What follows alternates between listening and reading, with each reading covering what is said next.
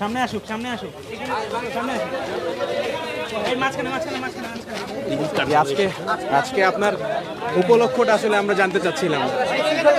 আমরা একটু সবাই দাঁড়াই, হুজুর একটু আমাদের একটু হেল্প করবেন, সুশৃঙ্খলভাবে দাঁড়াই। একটু হুজুর ক্যামেরা ওইদিকে হুজুর। ভাই তো ক্যামেরা তো পাবে না, ক্যামেরা তো পাবে না, একটু আপনারা মাও ভাই পাচ্ছেন?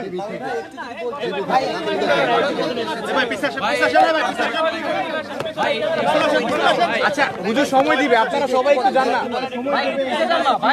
সুন্দরভাবে নেই, ক্যামেরা তো পাইতেছে না ভাই।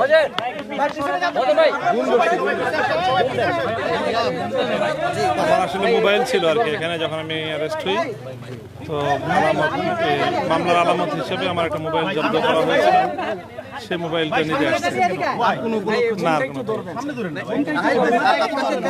মামলা সংক্রান্ত কোনো বিষয় ডেকেছে কিনা? আমাকে ডাকেনি, আমি আসছিলাম মোবাইল নিতে। আপনি কেন এসেছেন? মোবাইলটা নিতে আমার ওই মামলার আলামত হিসেবে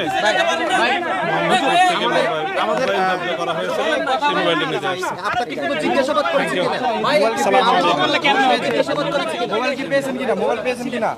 মোবাইল কি পেয়েছেন ভাই? এত ক্যামেরা কি ভাই ক্যামেরা কি আছে ভাই পাইছেন?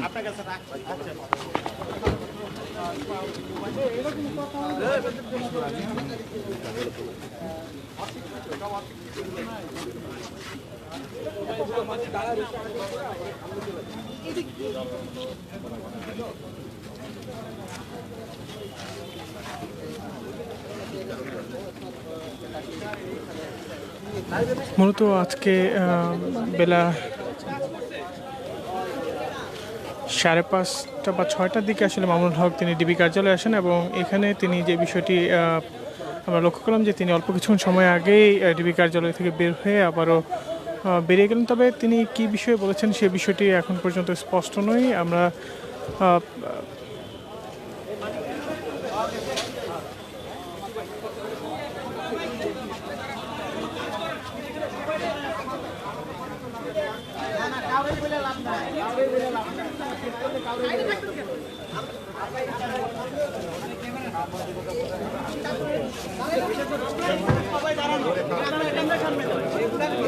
আপনারা কি কাজ করেন আমরা এটা বুঝি না।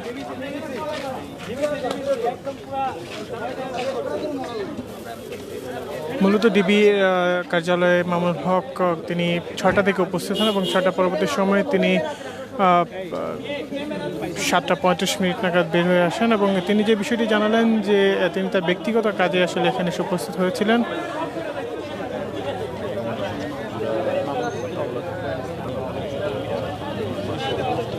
এই ছিল মূলত এখন পর্যন্ত ডিবি কার্যালয় থেকে সর্বশেষ চিত্র। ধন্যবাদ সকলকে।